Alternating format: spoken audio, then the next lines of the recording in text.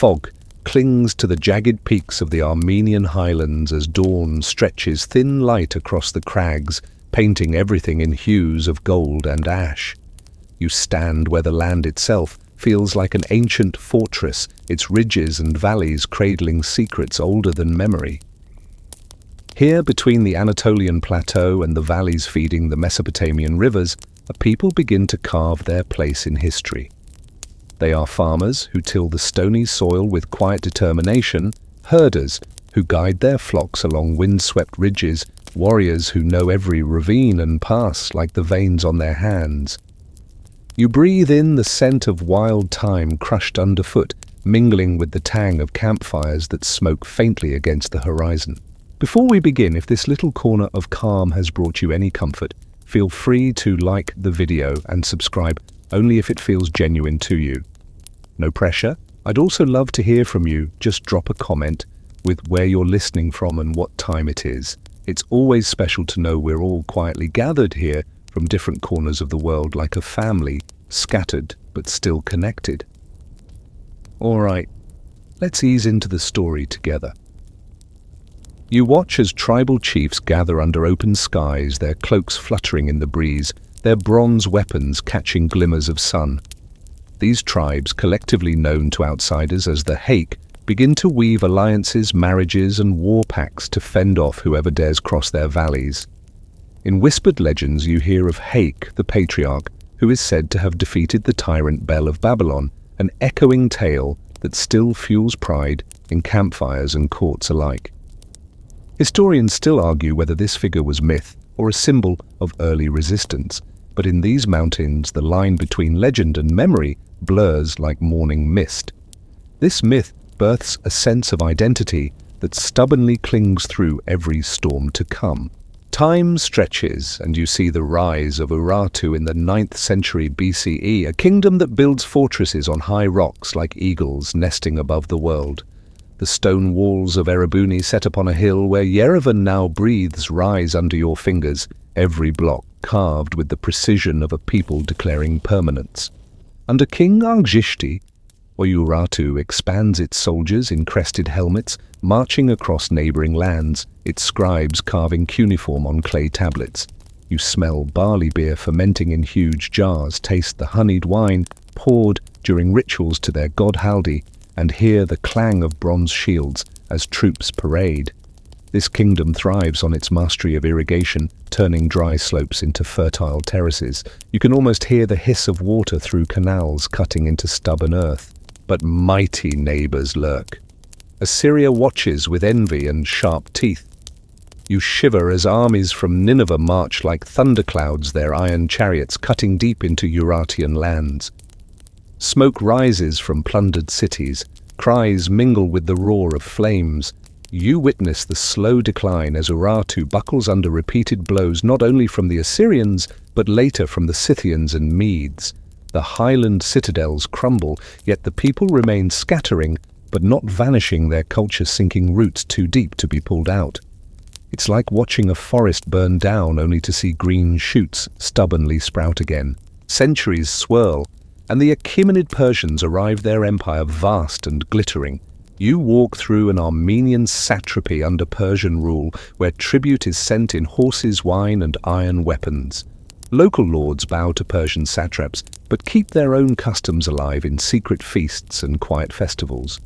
On market days, Persian merchants bargain with Armenian traders over carpets dyed in deep reds and purples, while priests mutter prayers to their own gods behind temple walls. Though subject to a great empire, the Armenian heart beats quietly, refusing to blend completely. As Alexander the Great sweeps east, you feel the tremors of yet another conqueror's footsteps. His armies pass, and Greek influence trickles in coins, with Hellenistic faces, new words slipping into speech, and the faint smell of olive oil where once only mountain herbs ruled. Yet the mountains stand silent witnesses to every empire, and the people learn the art of survival, bending just enough to avoid breaking like reeds by the river. By the time the Seleucids hold sway, Armenian nobles stir, sensing weakness in the empire's grip. You walk beside Artaxias, a noble who breaks away and crowns himself king, founding the Artaxiad dynasty, in the 2nd century BCE. His banners snap against the wind as he rides, forging an independent Armenia from the patchwork of valleys and hills. You wander through Artaxata, the new capital, its streets buzzing with traders and artisans. A quirky tidbit slips in. Legend says Hannibal, the Carthaginian general exiled after Rome's victory, helped design this city. Historians still debate whether this is fact or romantic lore, but as you trace the city's walls with your hand, you can almost imagine the shadow of that wily commander, smirking at Rome from afar. The mountains have seen countless invasions, yet here you stand at the threshold of Armenia's rise. It is no longer just a land between empires, it is becoming an empire itself, bold enough to cast its own shadow. You sense the people's pride, swelling their songs louder, their warriors sharper. This is only the beginning of a story where survival turns to dominance, and a small nation dares to shake the balance of the ancient world. The sun climbs higher over the highlands, warming the stone walls of Artaxata. As you drift through its bustling streets, merchants haggle over sacks of spices, shepherds drive sheep past stalls of copper and clay, and soldiers with polished helmets patrol with an air of purpose. This is no longer a quiet buffer land between empires. Armenia is rising boldly under its new king Tigranes the Great, a name that echoes through history with a golden ring. You see him ride through the gates on a horse as white as snow, his cloak billowing crimson, his crown glinting under the morning light. Around him, courtiers whisper with awe, and ambassadors murmur with unease, for this king is about to build something astonishing in the very heart of contested lands. Tigranes the Great, as he will be remembered, does not settle for mere survival. He reaches out with ambition, stretching Armenia's borders further than ever before. You follow him as he pushes east into Media, south into Syria, and west into Cappadocia, creating an empire that makes Rome nervous. The lands he seizes teem with life, fertile valleys where olives grow in clusters, markets rich with silks and perfumes, and cities where cultures blend like colors on a painter's palette. You feel the pulse of trade throbbing under this empire. Caravans move like slow rivers across deserts, carrying goods that glimmer and scents that linger. In the new capital of Tigranokerta, built to be as grand as any city of the age, you walk streets paved with ambition. Palaces gleam with mosaics depicting victories, theatres echo with Greek dramas, and fountains splash cool water into the air. Citizens from every corner of the empire mingle, Armenians, Greeks, Persians, Jews, and Syrians, all under the watch of the king's banner. At night, torchlight dances on marble walls as feasts unfold with roasted lamb, sweet wine, and music that swirls like the wind in the mountains. Tigranes sits at the head of it, all calm, yet calculating, the kind of man who seems to see 10 moves ahead, like a master playing an endless game of chess. But where there is expansion, there is envy. To the west, Rome eyes this rising power with suspicion, their senators grumbling over maps as lines of influence blur. To the east, Parthia seethes, its kings plotting how to claw back lost lands. You sense the tension thickening like storm clouds over a summer valley. Historians still argue whether Tigranes expanded too quickly, overreaching his resources, or whether fate itself conspired against him. Either way, the winds begin to shift. You stand on a battlefield where the dust rises under Roman sandals and the clash of steel rattles your bones. Lucullus, a Roman general with a taste for conquest, marches against Tigranes, seeking to humble this new eastern giant. You watch the Armenian troops fight with fierce pride, their horsemen sweeping in wide arcs, their archers unleashing clouds of arrows. Yet the Roman legions hold steady their discipline, carving through chaos like a knife through cloth. Despite the Armenians' valiant efforts, Rome claims victories, forcing Tigranes to retreat. Still, this king refuses to bend easily. You walk beside him as he regroups, forging alliances and fighting back, even as Rome continues to press its advantage. In the distance, Parthia lurks, playing its own game, sometimes ally, sometimes adversary. always waiting for Armenia to stumble. The mountains tremble with battles that leave scars on the land, scars you can almost trace with your fingertips. Amid this turbulence, you notice something curious. Armenia, though battered, does not break. Even when Rome storms Tigranes and loots its treasures, the spirit of the people endures. They rebuild, they adapt, they hold fast to their identity. A quirky anecdote floats to your ears. When Lucullus captured the city, Roman soldiers were so dazzled by the sheer luxury of Armenian palaces that they loaded themselves with gold and silk, slowing their retreat and making them easy targets for counterattacks. It's almost poetic greed weighing down even the mightiest army. Eventually, Rome forces Tigranes to accept peace, stripping away some of his conquests but leaving him on his throne. You watch him age, his once bright eyes now shadowed with caution, yet still burning with pride. His empire shrinks, but Armenia remains a kingdom neither crushed nor forgotten. Underneath the surface, the people whisper of what they once achieved, a memory as sharp as mountain air, fueling dreams of future greatness. As you drift away from this chapter, the Armenian highlands glow under a setting sun, each peak catching fire in the fading light. The air hums with a quiet truth. Empires may rise and fall, but this land and its people endure, waiting for the next dawn, the next chance to shake the world. The mountains loom tall as winter mists crawl along their slopes, a reminder that the Armenian highlands are as much shield as they are prison. You stand on a ridge overlooking a land that still remembers Tigranes' golden age, yet now you feel the pull of two colossal forces closing in: Rome to the west, Parthia to the east. The kingdom has shrunk, but its strategic position remains a prize neither empire can resist. You follow merchants along the Silk Road, their caravans laden with silk spices and precious stones, only to see soldiers waiting at city gates to collect taxes and assert dominance. Armenia, caught in the middle, becomes a pawn in a game played by giants, a game where every move threatens survival. Rome's shadow grows longer, its legions tightening control over client states. You watch Roman envoys arrive in Armenian courts, their togas crisp, their words smooth, yet every sentence feels like a leash being tightened. Kings like Artavasdes II try to walk the razor's edge of diplomacy, pledging loyalty to Rome while secretly negotiating with Parthia. You see him scribble letters by candlelight, his face tense, knowing that a single misstep could bring ruin. Historians still argue whether these Armenian kings were clever strategists buying time or simply trapped by circumstances beyond their control.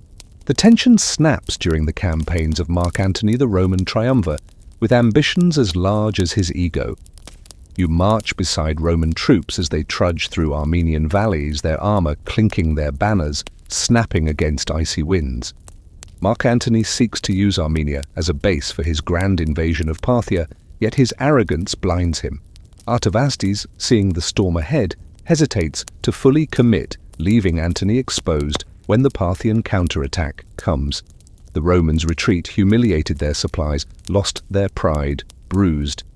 You can almost hear the Armenians chuckling under their breath as they watch Rome's great commander slink back west. But this small triumph does not last. When Antony's lover Cleopatra demands revenge and Rome's fury reignites, Artavasdes is betrayed, captured, and paraded through Alexandria like a trophy before being executed. You stand in that foreign city, the air thick with incense and cruelty, as an Armenian king meets his end far from home. His death sends a chill through his people, a reminder that alliances with great powers often come at the cost of blood. The pendulum swings back as Augustus, Rome's first emperor, consolidates power. He installs his own favored kings on the Armenian throne, treating the land as a buffer zone against Parthia. You wander through an Armenian court where the king wears Roman robes yet still speaks in the tongue of his ancestors, hosting Roman governors with forced smiles. Outside, in villages nestled among forests and fields, the people quietly cling to their own ways. Songs in old dialects festivals under starry skies, prayers whispered to ancient gods. It's as if the highlands themselves protect their identity, wrapping it in mist and mountain silence. Then the Parthians strike back, sending their own candidates to claim the throne. You witness coronations held under Persian banners, Armenian nobles swearing oaths with daggers hidden in their sleeves. Every few years, power shifts like a restless wind, one empire's influence replacing the others, each trying to hold the heart of Armenia. This back and forth turns the kingdom into a chessboard where every piece bleeds. A quirky detail catches your attention.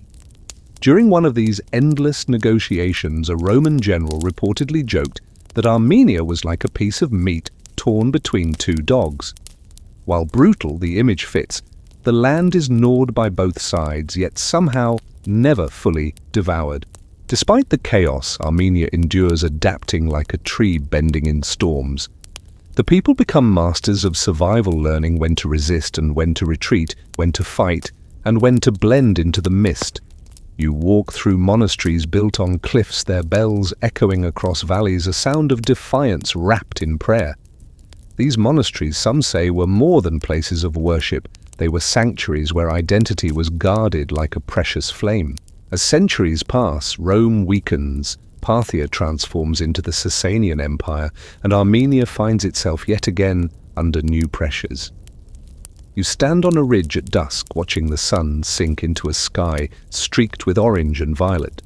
Below, villages light their hearths, their smoke rising like offerings to the gods of survival. This land has learned to endure storms without losing its soul, a skill that will be tested many more times as history's tide keeps crashing. You can almost hear the whisper of the mountains, "We remain." You move through the cool shadows of early morning, where dew clings to the grass and mist curls like smoke between the stone walls of a small Armenian settlement. The villagers gather in hushed anticipation, because something extraordinary is taking root here, something that will change the destiny of the nation forever. You hear the faint chiming of bells and the murmur of prayers rising into the crisp air. It is the early 4th century, and against all odds, Armenia is about to become the first kingdom in the world to adopt Christianity as its state religion. You watch as King Tigranes the Great rides out from his fortress, flanked by soldiers and priests. His expression is stern, his mind still heavy with the memory of his own conversion, a dramatic transformation after years of resistance. The story is almost mythical, how the king, once persecuting Christians, was struck by madness and healed only through the faith and prayers of Gregory the Illuminator, the missionary who had been imprisoned in a pit for over a decade. When Tigranes emerged from his torment, he proclaimed the kingdom's conversion to Christianity around 301 CE. Historians still argue whether this date is exact or symbolic, but the event itself is undeniable. It forever alters Armenia's spiritual landscape. The moment feels both intimate and monumental. You kneel among the crowd as Gregory baptizes the king in a cold river under a sky streaked with light. The water splashes sparkling like silver in the sun, and the people cheer, some out of faith, others out of loyalty, and a few out of fear of change. The scent of incense drifts on the breeze as wooden crosses are raised high, replacing the old pagan symbols of gods once worshipped in stone temples. You can almost hear the old idols cracking their time, ended by this sweeping new belief. Soon, churches sprout across the hills like white lilies in spring. You step inside one of the first stone basilicas, where candlelight dances against frescoes depicting scenes of Christ's life. The air smells of wax and smoke, a sacred fragrance that clings to your skin. Monks chant in deep, resonant voices, their hymns winding through the arches, filling every shadow with warmth. It feels as if the very mountains echo their prayers. Christianity becomes not just a faith, but a shield, something to unify the people as they face the ever-present pressure of Rome and Persia. Yet this shift is not without resistance. In the valleys, some villagers secretly cling to the old gods, lighting fires to honor sun and moon, whispering prayers to ancestral spirits. You see them leaving offerings at hidden shrines under the cover of night, reluctant to abandon traditions that have bound them to the land for generations. A quirky story passes through the market, how a local priest once disguised old pagan festivals as Christian feasts, just to keep the peace, proving that sometimes survival is about blending rather than breaking. With Christianity comes a surge in culture. You watch as the Armenian alphabet is created in the early 5th century by Mesrop Mashtots, a monk whose passion for language burns as brightly as any torch. You stand beside him as he scribbles the first letters, curves and lines flowing onto parchment like streams carving through rock. The invention of the alphabet is more than a tool, it is a weapon of identity, allowing Armenians to record their own history, translate the Bible, and preserve their heritage even when foreign powers press in. The smell of ink mixes with the rustle of pages as scribes begin copying texts, their fingers smudged with the blackness of their labor. You travel to the plains of Avarar in 451 CE, where the sky is thick with clouds and the air reeks of sweat and iron.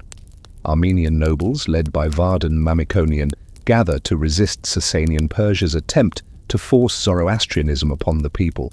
You stand amid their ranks as they charge against the Persian army, their banners fluttering with crosses, their voices crying prayers rather than battle cries.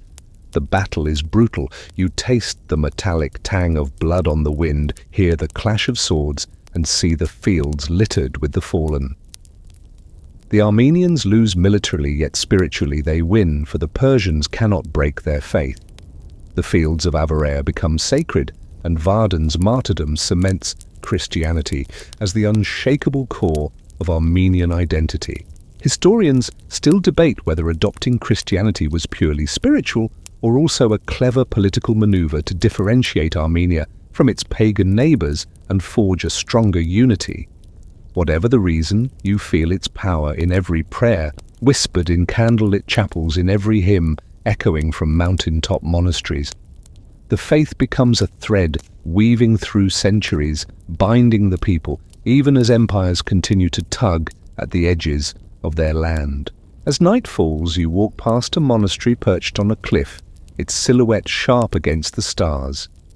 Inside, monks kneel in silence, their lips moving with ancient words, while the flicker of a single oil lamp dances over stone walls.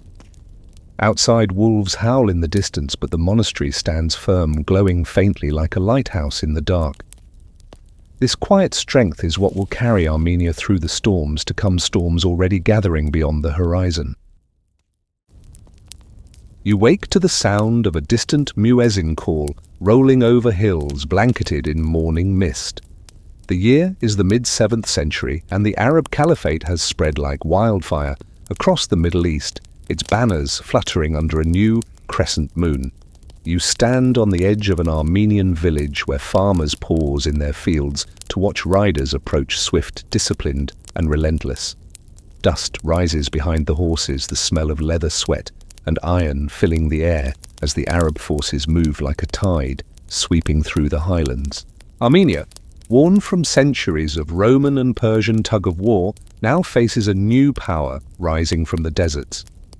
You follow as Arab emissaries demand submission, offering terms of protection in exchange for tribute and loyalty. Local princes weigh their choices, eyes heavy with the knowledge that resistance could mean destruction. Some accept vassalage, paying taxes to the Caliphate, while others rebel, their strongholds soon smouldering against the sky. You see the Arab governors establish control-building garrisons and collecting tribute, yet allowing local nobility to maintain a semblance of authority. The arrangement is practical, not affectionate, a delicate balance between overlord and subject. Under the early caliphs, Armenia becomes part of a vast empire stretching from Spain to Central Asia. You wander through markets where Arabic mingles with Armenian, Persian and Greek, the air rich with spices, textiles and murmured deals. The rhythm of daily life continues, but now minarets rise alongside churches and the sound of bells blends with the call to prayer. You walk into a city where Christian bishops still hold sway over their flocks, negotiating with Muslim rulers to preserve the faith.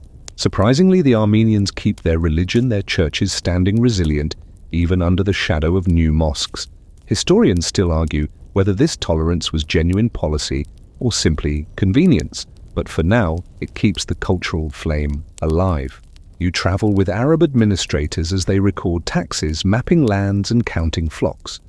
A curious anecdote whispers through villages. Some tax collectors, dazzled by Armenian wine and hospitality, were known to forget certain dues after a generous feast. Such small acts of resistance, offering bread, wine and a quiet bribe, become part of survival here. Yet the Arab grip tightens. Heavy taxation and occasional crackdowns stir resentment, and you watch uprisings flare like sparks. In the 8th century, Armenian nobles rally under a banner of rebellion, their warriors clashing with Arab forces on mountain passes, shrouded in fog. You hear the swords ring, smell the sharp scent of pine as men fight among the trees, and taste the bitter fear that rises when rebellion is crushed. The Caliphate responds with force, exiling leaders, burning villages and breaking alliances. Even so, the land never fully submits. The mountains always offer hiding places, secret routes and refuge for the defiant. Despite oppression, culture persists. You walk into monasteries where monks continue copying manuscripts, their ink-stained fingers steady despite the risk. These hidden sanctuaries preserve history, theology, and poetry, quietly defying assimilation. The Armenian alphabet, born a few centuries earlier, now safeguards the soul of the nation, its letters curling across parchment like vines clinging to stone. You can almost smell the ink and hear the scratch of quills in the silence. During these centuries, the Arab world itself changes, dynasties rise and fall, from the Umayyads to the Abbasids. Armenia's role shifts too, sometimes treated harshly, other times granted autonomy under local leaders who swear loyalty to the caliphs. You find yourself walking the streets of Dvin, once a thriving Armenian capital, now an important administrative center under Arab control. The city bustles with life. Muslim traders from Baghdad, Christian artisans and Jewish merchants mingle under the hot sun. Camels groan as they kneel to unload goods, and the scent of saffron and roasted lamb drifts through narrow alleys. A quirky legend from this period tells of a governor so enamored with Armenian wine that he ordered barrels sent to Damascus, only to have his rivals accuse him of indulgence, unfit for a pious leader. Whether true or not, the story reflects how Armenia's culture seeps even into the courts of its conquerors. By the 9th century, cracks appear in the Caliphate's control.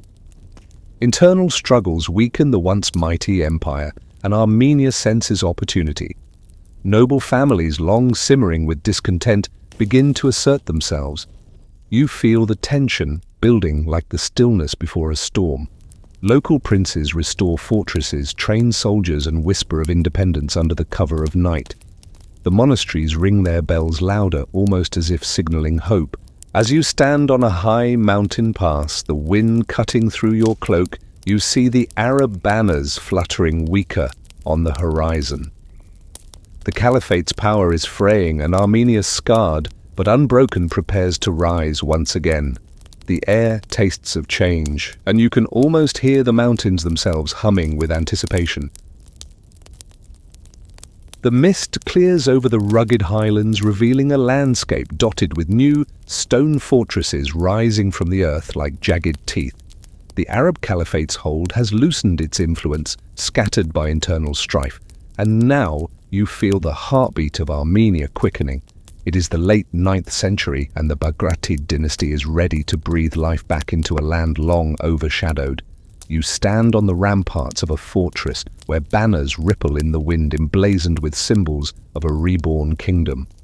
Below, farmers till their fields with renewed purpose, their songs echoing off the hillsides, and traders bustle through markets with a confidence not felt in generations. Under the leadership of Ashot, I crowned king in 885 with both Arab and Byzantine recognition, Armenia experiences a renaissance. You walk through the streets of Ani, a city soon to be known as the City of 1,001 Churches. Its foundations are being laid as a capital of splendor, and you can almost hear the chisels at work, carving intricate patterns into tough stone. The smell of fresh mortar mixes with that of bread baking in clay ovens, as merchants and artisans fill the growing city with life. You step into a newly built church, sunlight filtering through narrow windows, illuminating frescoes so vivid they seem to breathe. The chants of priests roll across the nave, blending with the rustle of silk robes worn by nobles attending mass.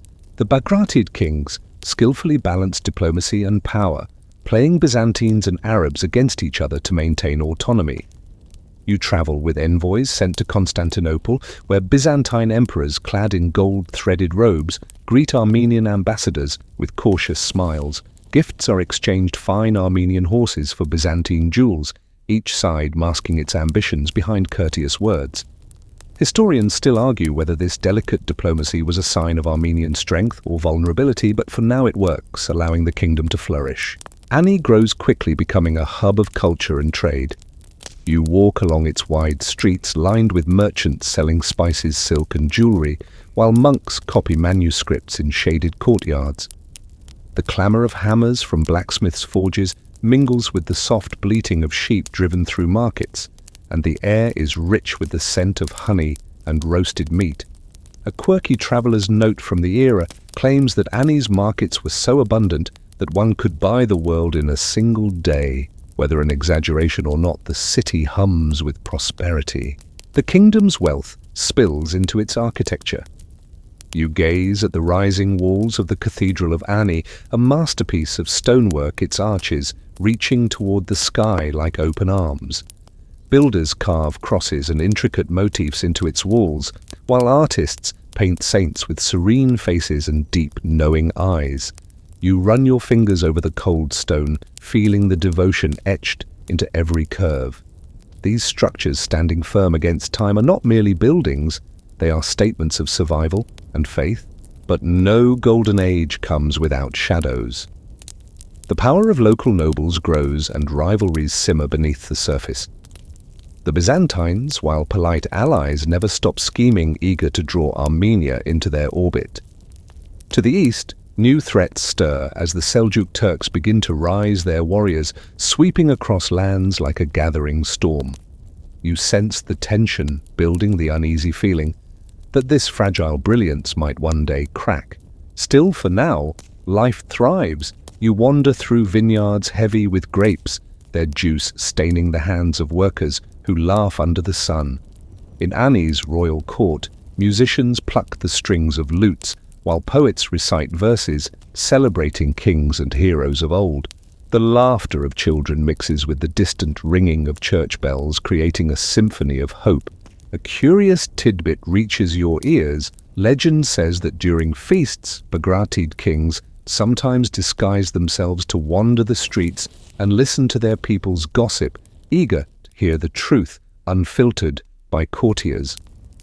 Whether true or not, it paints a picture of rulers connected to their subjects, their reign woven into the fabric of daily life. Yet the looming clouds cannot be ignored. You travel to the kingdom's borders, where fortresses stand like watchful sentinels, their guards scanning the horizon. In the distance you see dust rising, hinting at the nomadic cavalry of the Seljuks creeping ever closer. The Armenian commanders tighten their defenses, sharpening swords and reinforcing walls, but the air tastes of foreboding. As the sun sets over Ani, its golden light bathing the city's countless churches, you stand on a hill and watch the glow fade into shadows. The wind carries the scent of blooming apricot trees mixed with the distant smoke of hearths. For now, the Bagratid Renaissance shines brightly, its warmth felt in every valley and every heart. But deep down, you know this peace will not last forever. The storm is coming, and the highlands are bracing themselves for another test of endurance. The sky darkens with the smell of ash, long before the first arrows fall.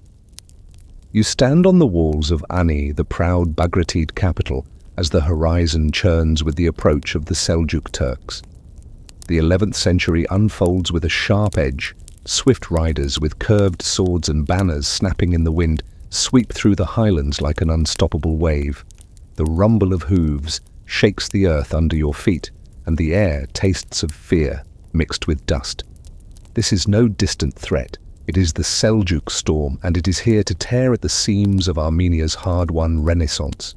The Bagratid kingdom, though rich in culture and faith, is weakened by internal divisions, and the slow, tightening grip of the Byzantines. When the Seljuks strike, they hit a land already fraying. You watch Ani brace itself, archers, stringing bows, priests raising crosses over the walls, and citizens clutching their children as if holding them could keep the future from unraveling. The first siege in 1064 under Alp Arslan, the Seljuk Sultan, is a nightmare. You hear the crash of siege engines, smell the acrid smoke of burning oil, and see the relentless tide of warriors scaling ladders, their war cries piercing the heavens. Despite desperate resistance, Ani falls its streets running with chaos. The aftermath is haunting. You walk through the city where charred beams still smolder. Churches stand cracked but not silent, and survivors huddle in the shadows whispering prayers. The Seljuks impose their rule, but it is the fear and uncertainty that cut deeper than any blade.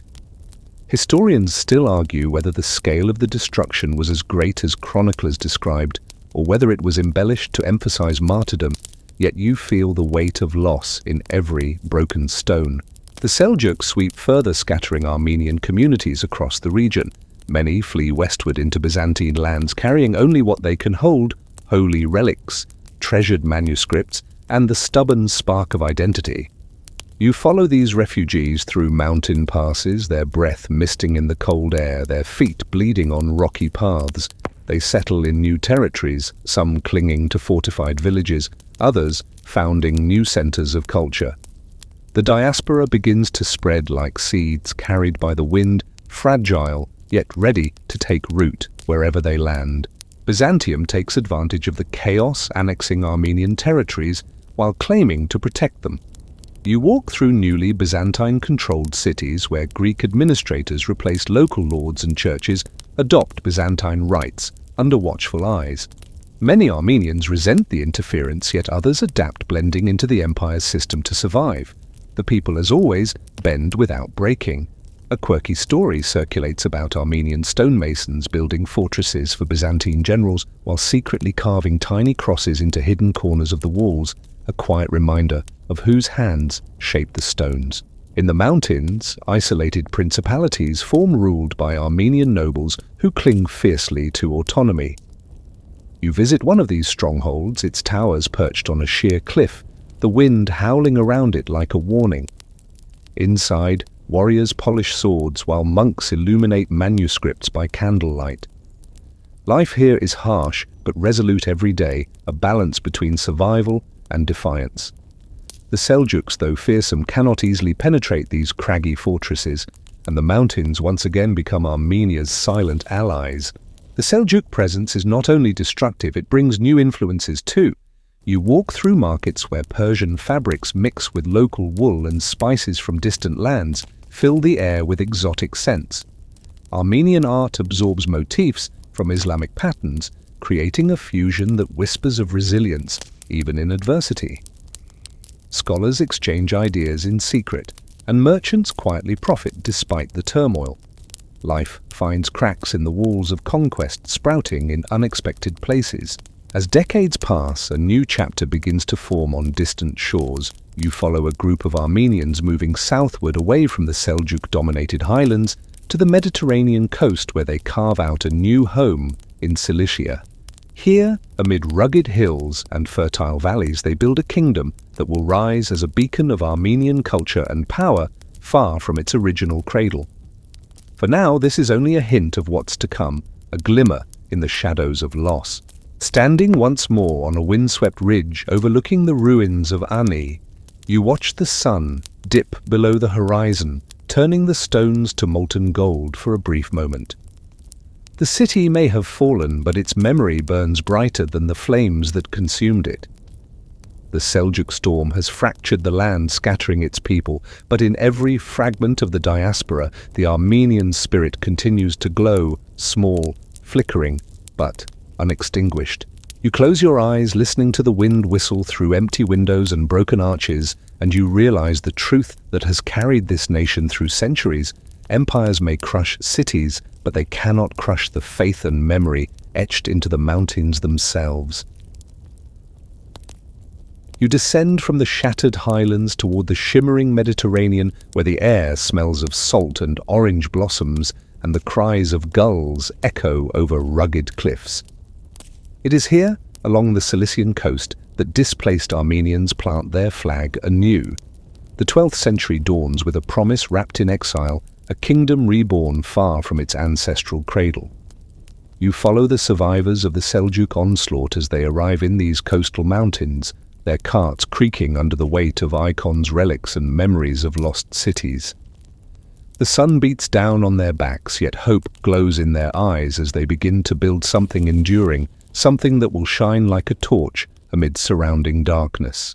The kingdom of Cilician Armenia rises swiftly from these scattered beginnings. You watch local leaders, bold and resourceful, consolidate power under the Rubenid dynasty. Castles sprout along craggy peaks overlooking turquoise waters, their walls blending with the rock as if the land itself wishes to protect them. You walk through one such fortress, feeling the rough stone under your hand, hearing the ring of blacksmiths forging weapons, and the laughter of children playing in narrow courtyards. The people, though far from their original homeland, carry the highland spirit in every step they take. Cilicia is different, more open, more connected. Nestled along key trade routes, it becomes a crossroads of merchants and crusaders, Byzantines and Franks, Muslims and Latins. You wander through bustling ports where ships creak against wooden piers, their sails striped with foreign colors. The smell of tar and fish mixes with spices from distant markets, and the air hums with a dozen languages. Crusaders on their way to the Holy Land form alliances with Armenian lords, exchanging not just swords but also ideas and customs. The Armenians adopt some Western practices, Latin titles, chivalric orders, yet keep their orthodox faith strong like an oak, rooted deep, even while its branches mingle with foreign winds. The kingdom flourishes under King Levon I, who, in 1198, is crowned by the Pope's legate, gaining recognition from both the papacy and the Holy Roman Empire. You stand among cheering crowds as trumpets blare and incense fills the air, the coronation blending Armenian tradition with Western pomp. Levon's diplomacy is shrewd, weaving alliances with Crusader states and European powers while keeping Muslim neighbors at bay.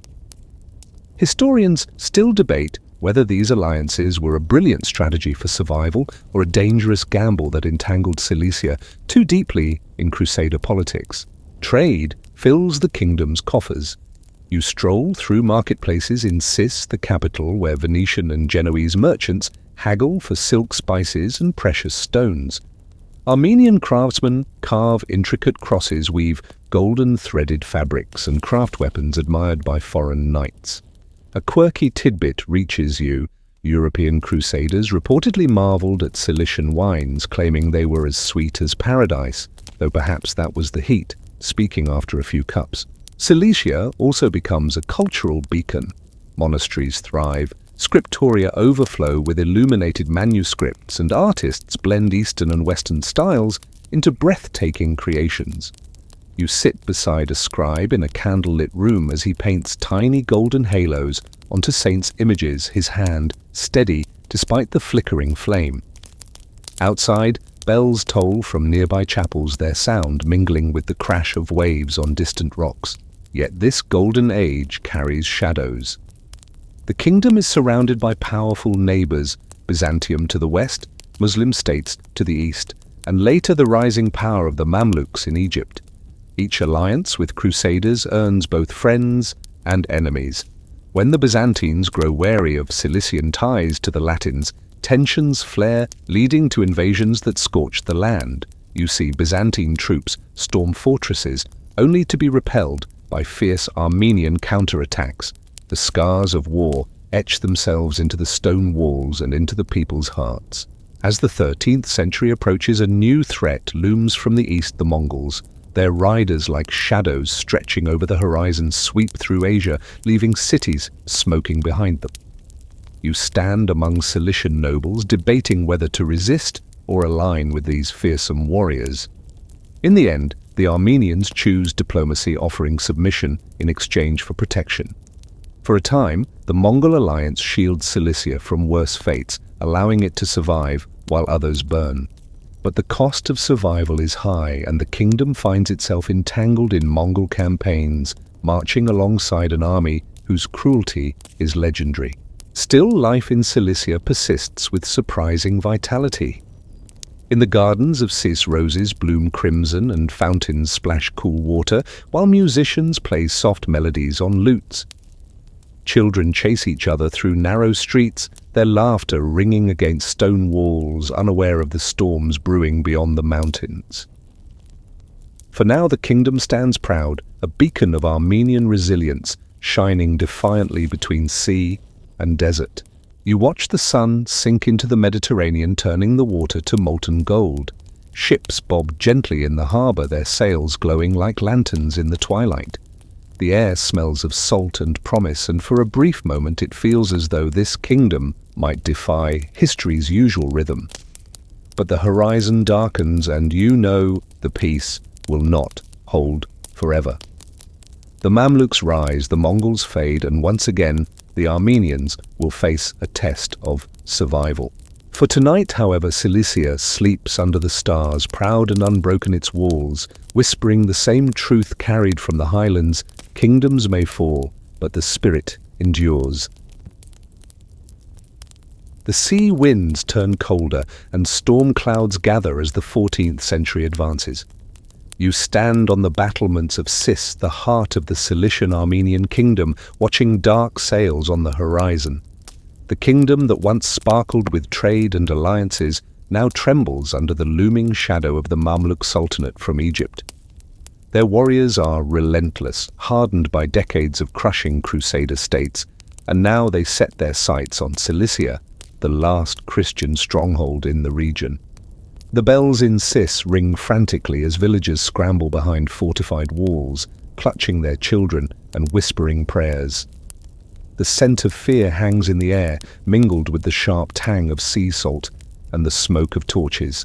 The first waves of Mamluk attacks crash against the kingdom's defenses, fierce and unyielding.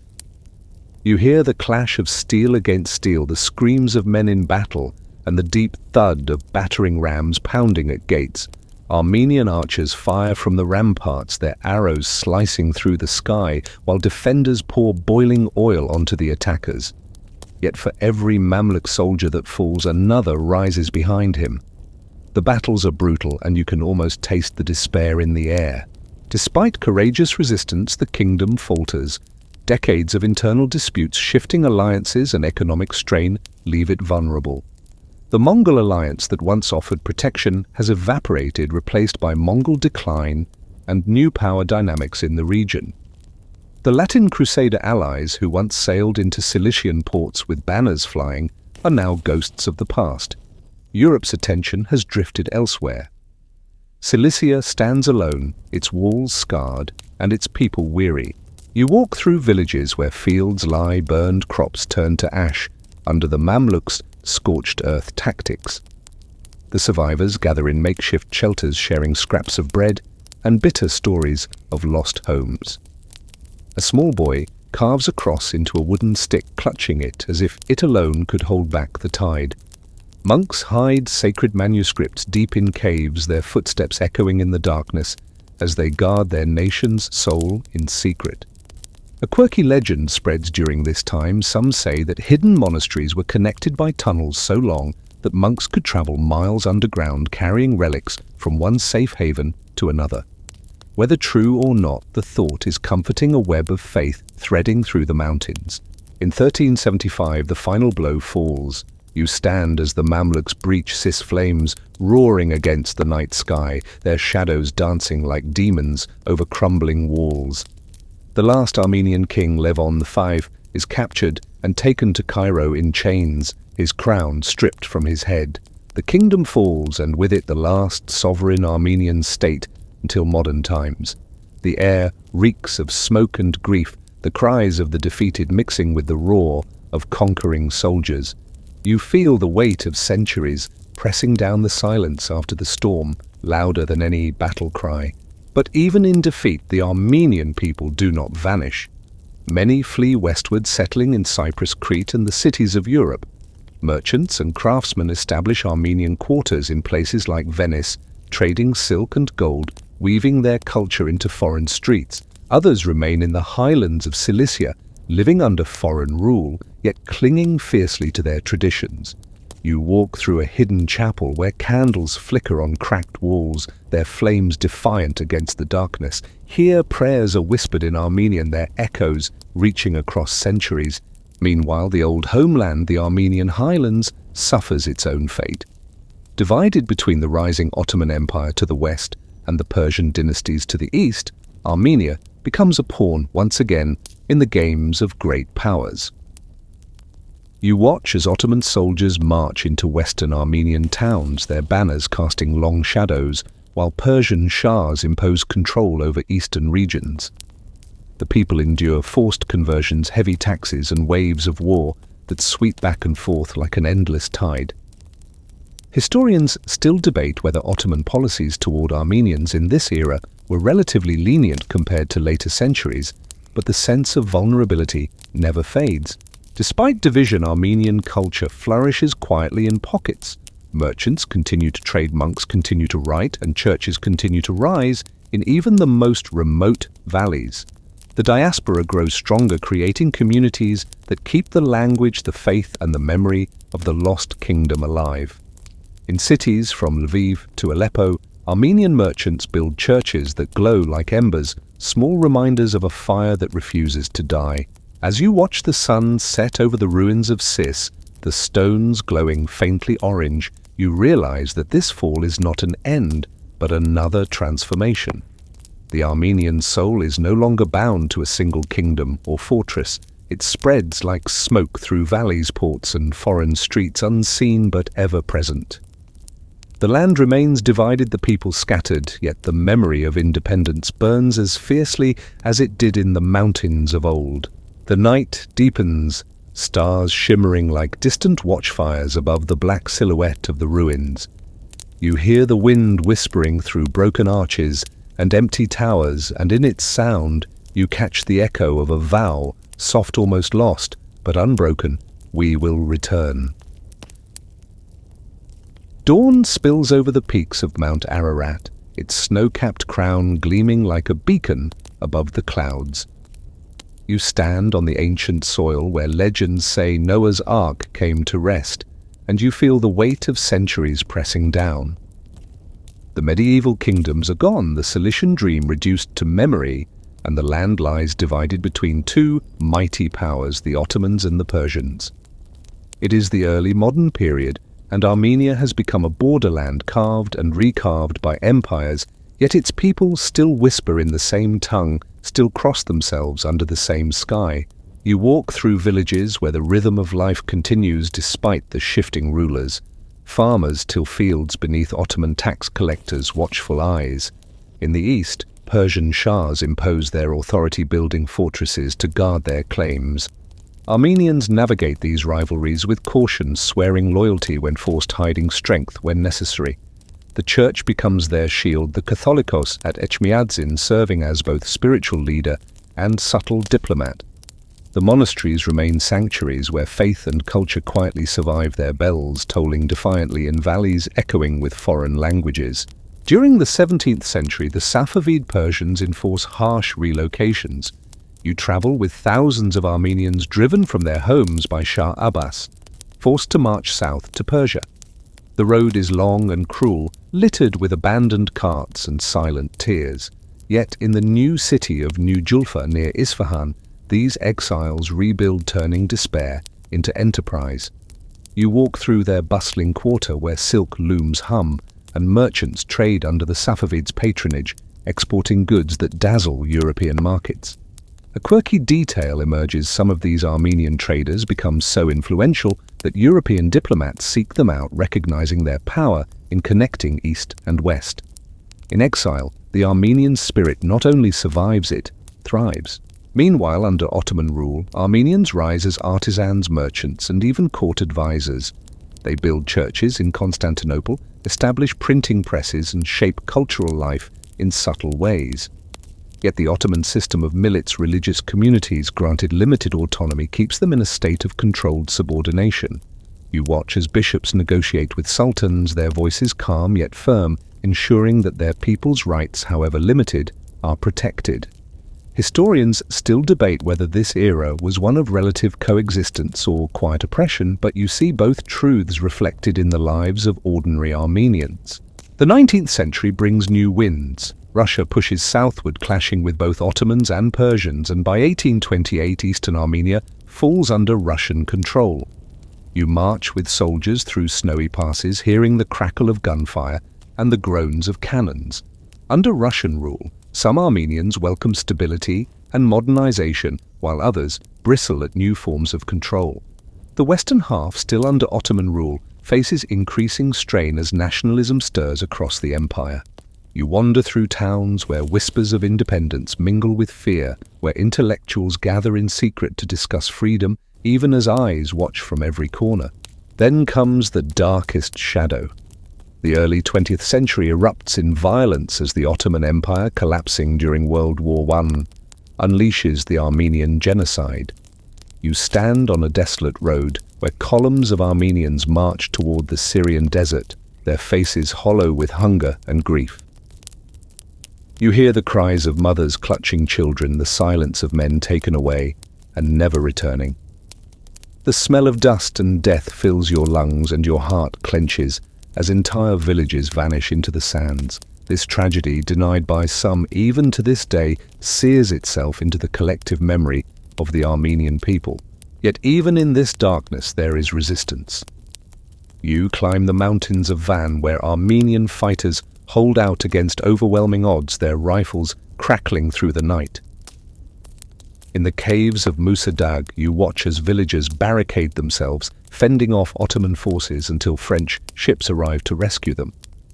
These acts of defiance, though small against the enormity of loss, shine like stars in a moonless sky. After the war, Armenia briefly reclaims its independence in 1918, forming the First Republic of Armenia. You stand in Yerevan as flags rise the air electric with hope. Farmers bring their carts into the city to celebrate, and schoolchildren wave banners under the clear sky. But this fragile state lasts only 2 years, crushed between Turkish offensives and the arrival of Soviet power. The red flag rises and Armenia becomes part of the USSR, its dreams of freedom shelved but not extinguished. Under Soviet rule, industry grows, cities expand, and culture flourishes in a controlled way, yet faith and free speech are often suppressed. The mountains, however, remain indifferent, silent witnesses to yet another empire's dominion. Finally, the Soviet Union begins to crumble. It is 1991 and you march alongside crowds in Yerevan streets where voices rise not in whispers, but in chants. Flags wave, candles burn in the hands of protesters, and the bells of Echmiadzin ring louder than they have in decades. When independence is declared on September 20, 1991, fireworks explode over the city, mingling with tears streaming down the faces of those who have waited lifetimes for this moment. The air tastes of freedom, sharp and sweet like the first sip of water after a long drought. The years that follow are not easy. Wars, blockades, and economic hardships test the young republic. The conflict over Nagorno-Karabakh ignites, drawing the people into yet another cycle of struggle. You walk through villages where soldiers say goodbye to families, their footsteps heavy on the frozen earth, and through cities where resilience blossoms despite shortages and fear. Even today, Armenia's independence remains a fragile flame, flickering against strong winds, but it burns, and that is enough to light the way forward. Now you stand once more beneath Mount Ararat, the sun setting behind its vast silhouette, painting the sky in fiery oranges and soft purples. The land around you hums with life, children playing, monks chanting in distant monasteries, farmers tending orchards heavy with apricots. You breathe deeply, tasting the air of a nation that has endured countless storms yet still stands. Its history is written in scars, its future unwritten but alive. The wind carries a whisper, the same vow murmured through centuries of loss and rebirth: we are still here. We will endure. The story softens now like the last light melting into the folds of evening. You take one final step back, letting the long arc of Armenia's history settle quietly around you. Through countless empires, invasions, and exiles, the Armenian people have endured, sometimes hidden like roots beneath snow, sometimes blazing like a torch in the night. Each chapter has carried sorrow and triumph, moments of despair, balanced by sparks of defiance.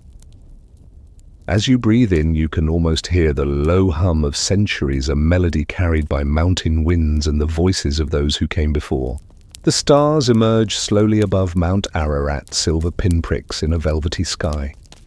Villages below glow faintly with the warm light of hearth fires, and the bells of distant churches toll gently, their sound like a heartbeat across the valleys. You imagine travelers returning home, children falling asleep under heavy quilts, and monks closing their scriptures for the night. Everything feels still, as if history itself exhales and rests. There is comfort in knowing that despite every storm, the spirit of Armenia remains unbroken. It lives in the songs, in the stone crosses weathered by time, in the laughter of families sharing bread, and in the dreams of a new generation building on the past. The road ahead may twist and climb, but the path is lit by the resilience that has carried this nation through ages. So let your shoulders loosen, let your breath slow, and let the story fade softly like embers in the dark. The mountains stand watch, eternal and patient, and under their gaze you find peace. Close your eyes, knowing the promise whispered through the ages still lingers on the night air we endure.